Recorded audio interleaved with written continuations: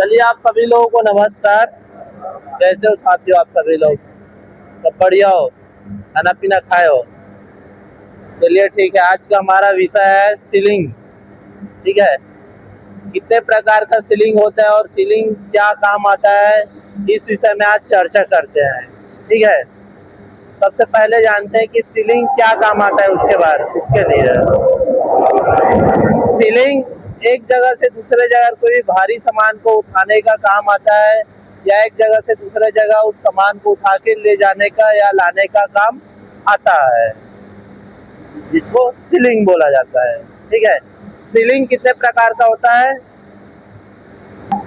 Ceiling 3 प्रकार का होता है। ठीक है, एक वायर रोप सीलिंग होता है, दूसरा चैन पुल्ली वाला सीलिंग होता है, तीसरा वेब सीलिंग, पट्टे वाला सीलिंग, जिसको आप लोग पट्टा बोलते हो, है कि नहीं।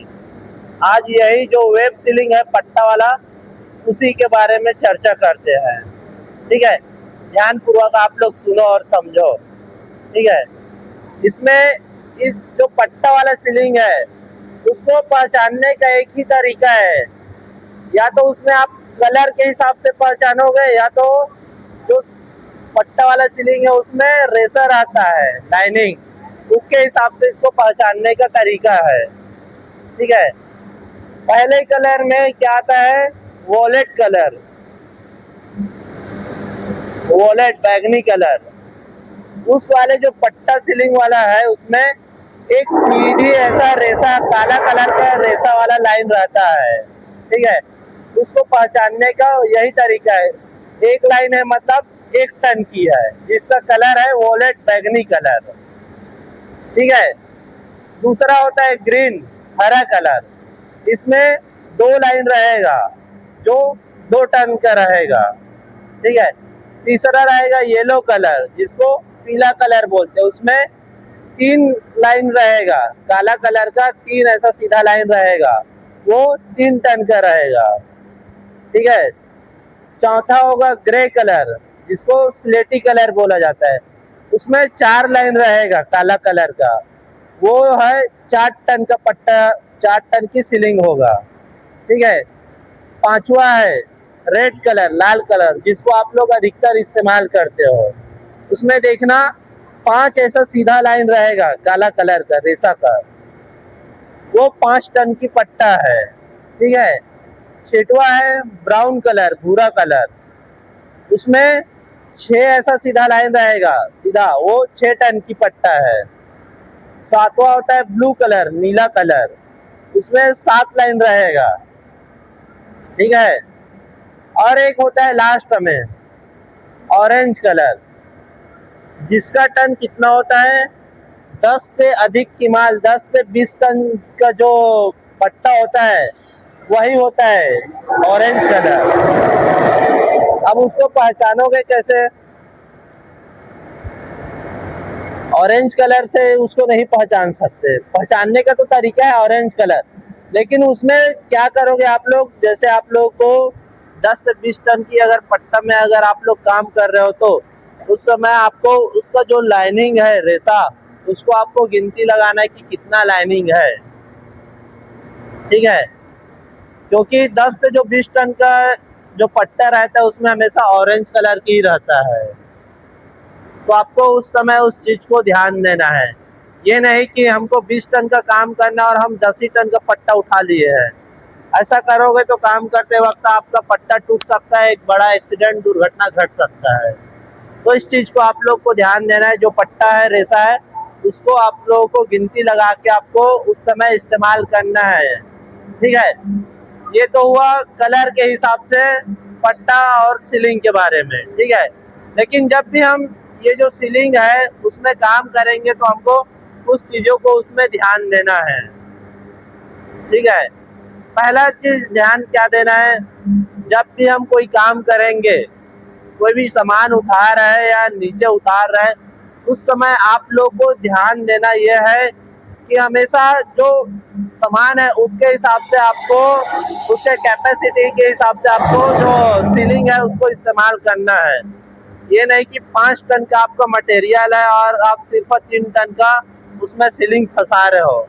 ऐसा करोगे तो सीलिंग में भार ज़्यादा आएगा, सीलिंग में भार ज़्यादा आएगा तो निश्चित है टूटेगा ही, टूटेगा तो आप लोगों के साथ दुर्घटना घटेगा।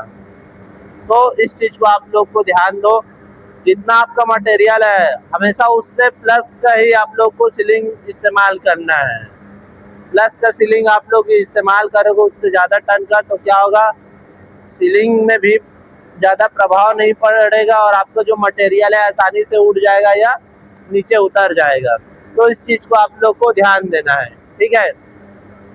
दूसरा चीज़ ये है कि जब भी आप लोग कोई पट्टा वाला सीलिंग में काम करते हो तो आप लोग को एक चीज़ उसमें ध्यान देना है, अगर कभी भी वो जो पट्टा वाला सीलिंग है अगर डैमेज होता है, कटता है, तो आपको उस समय ऐसा सीलिंग को बिल्कुल इस्तेमाल नहीं करना है। क्यों नहीं करना है? क्योंकि वो जो फटा है जैसे जैसे उसमें लोड पड़ेगा वो सीलिंग और फटता जाएगा, फटेगा, आपको पता भी नहीं चलेगा। जब नीचे में सामान गिर जाएगा, किसी के साथ दुर्घटना होगा, तब आपको पता चलेगा कि ये टूट रहा है करके। तो ऐसा आपको बिल्कुल नहीं करना है, डैमेज वाला को बिल्कुल आपको इस्तेमाल नहीं करना है, ठीक है।